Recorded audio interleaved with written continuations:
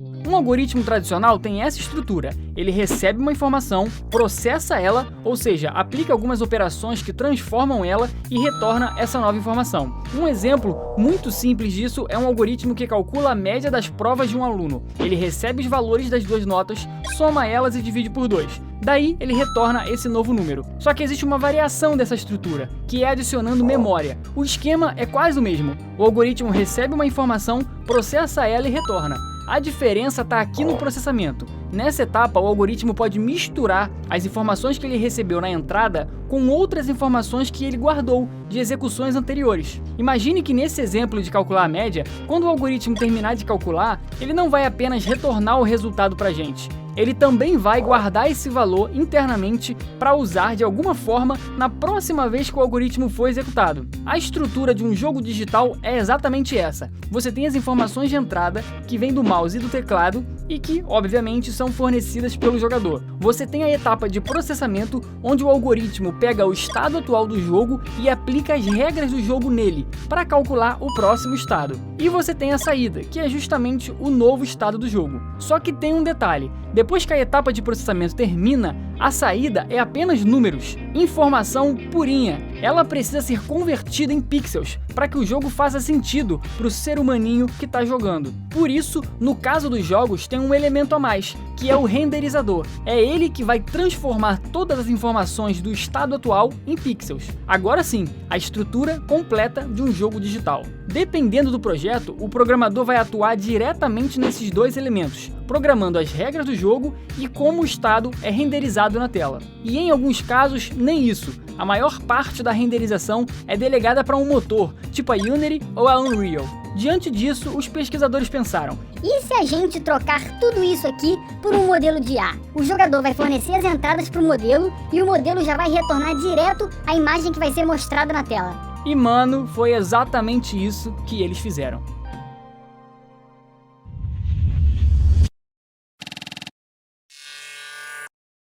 Seja muito bem-vindo ao Universo Programado. Eu sou o Vitor Dias e nesse vídeo nós vamos ver como alguns pesquisadores conseguiram usar redes neurais para clonar jogos. Só que tem um detalhe, nesses trabalhos as redes não estão simplesmente gerando os códigos dos jogos, elas estão sendo os jogos.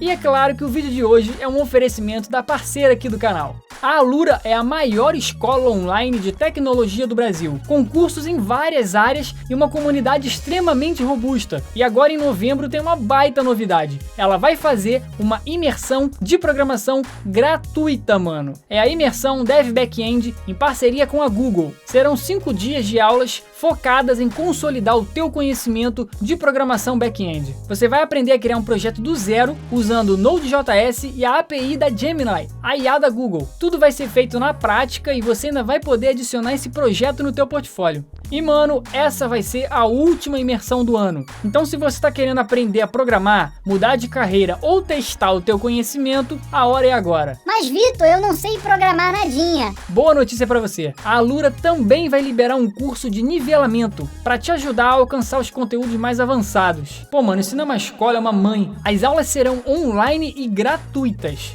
E no final você ainda vai ganhar um certificado. Só que é o seguinte, é um evento, as inscrições têm tempo limitado. Então não deixa para depois porque você vai esquecer e você vai perder. O link para se inscrever tá aqui na descrição do vídeo. Ou então escaneie esse QR Code aqui que também funciona. E mano, não perde esse evento. O negócio é gratuito. Vai saber que tipo de oportunidade esse conhecimento vai te trazer. Conselho dado, vambora pro vídeo. Em 2018 foi publicado um trabalho chamado World Models. Nele os pesquisadores não apenas colocaram uma rede neural para aprender a jogar, mas também colocaram uma para ser o joguinho. Esse diagrama aqui mostra exatamente a arquitetura que eles usaram. E para ficar mais didático, eu vou fazer algumas modificações nele. Aqui nós temos o jogo, e cada um desses quadradinhos vermelhos é uma rede neural diferente. A primeira coisa que o algoritmo faz é tirar um print do jogo. Nesse trabalho, o print é chamado de observação. Daí, essa observação é enviada para o módulo de visão.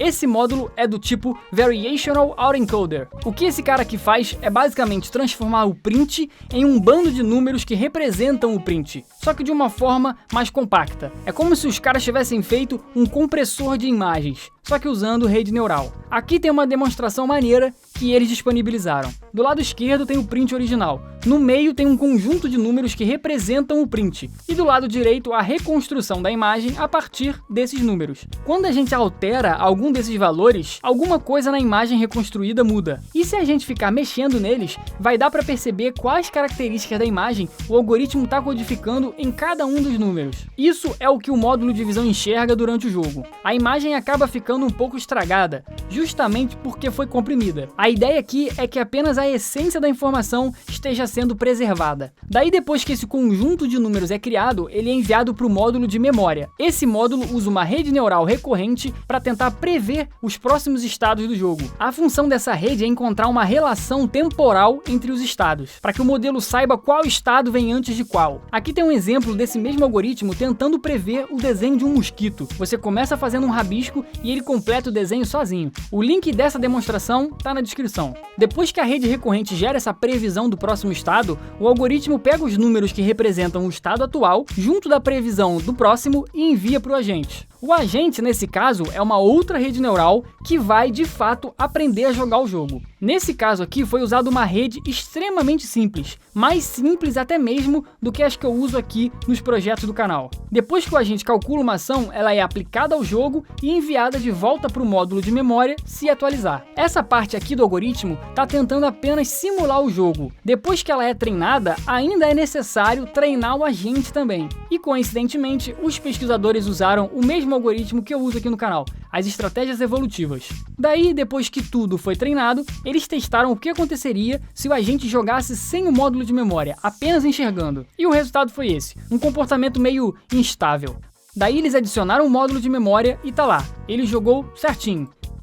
Esse trabalho teve alguns resultados muito bons, que superaram alguns outros algoritmos famosos, como o Deep Learning e o Actor Critic. Ou seja, um algoritmo simples, aprendendo a interagir com um ambiente comprimido, foi mais eficaz do que os algoritmos complexos interagindo com um ambiente completo. Só que os estudos nessa área, com certeza, não pararam aqui.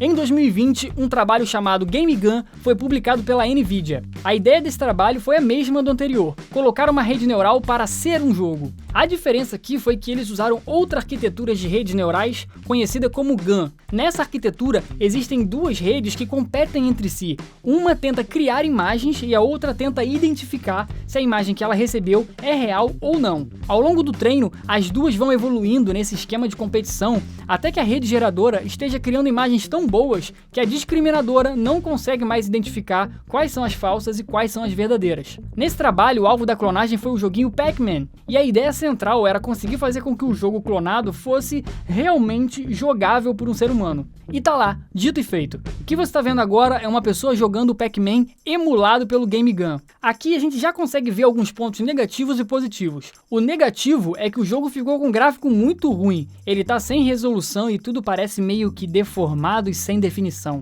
Já o ponto positivo é que a rede realmente entendeu as regras do jogo. Quando a pessoa pega a moedinha, os fantasmas ficam azuis e passam a fugir do jogador. Já nesse outro exemplo aqui, um canal no YouTube chamado Sendex usou a Game Gun para clonar o GTA. Esse vídeo que você está vendo é ele jogando o GTA que existe dentro da rede neural do Game Gun. Claro que a rede não aprendeu o jogo todo, só esse trechinho aqui, bem limitado. E mano, é claro que as pesquisas também não pararam em 2020. Na verdade, é agora que a coisa fica séria. Em 2024, pesquisadores do Google publicaram esse trabalho chamado Game Engine. O nome é esquisito assim porque era para ser uma piada com o termo Game Engine. Game Engine, Game Engine. Nesse trabalho, eles queriam superar o problema dos gráficos ruins e deformados dos modelos anteriores, e para isso eles usaram um modelo de difusão. Os modelos de difusão fizeram e estão fazendo bastante sucesso pela sua capacidade de criar imagens de alta qualidade. Você já deve ter ouvido falar em DALL-E, Midjourney ou Stable Diffusion. É graças a eles que a internet está inundada de imagens geradas artificialmente. Se você for agora no Google e digitar Baby Deer, você vai ver diversas imagens feitas por esses modelos. E o pior, algumas são tão bem feitas que é difícil identificar. Para treinar o modelo de difusão, eles precisavam, claro, de prints do jogo. E para conseguir esses prints, eles colocaram um outro algoritmo para aprender a jogar. Enquanto esse algoritmo ficava aprendendo, a tela e as ações que ele executavam eram gravadas. Depois de coletar todos esses prints, eles fizeram o de sempre, atocharam no modelo. afogaram o cara num oceano de pixels. E o resultado foi esse. O vídeo que você está vendo agora é uma pessoa jogando uma cópia do jogo Doom, vinda diretamente do interior de um modelo de difusão. O jogo está rodando a 20 quadros por segundo, usando apenas uma TPU. Eles colocaram alguns seres humanos para testar a qualidade dos gráficos. Os testadores recebiam um par de imagens e tinham que identificar qual é do jogo verdadeiro e qual é do Game Engine. E aí, tu consegue saber qual é qual? Eu deixei a resposta no comentário fixado. Mas como sempre, temos problemas. O modelo ainda tem alguma dificuldade em manter a coerência temporal do jogo. Olha só esse momento. O personagem entrou numa piscina de veneno. Agora, repara nessa parede de pedra na frente dele. Ele vai girar e agora a parede está na esquerda dele, certo? Errado. Ela foi para a direita e sumiu da esquerda. O problema aqui é que a sala é simétrica. Na hora que o jogador olhou para a parede, nesse frame aqui, o modelo se confundiu. Ele perdeu a coerência temporal e ficou sem saber que canto da sala era esse. Daí, na verdade, quem foi teletransportado foi o jogador. Repara só, o jogador entrou na piscina por aqui e foi para lá. Ele estava olhando exatamente para essa parede quando foi teletransportado para o outro lado.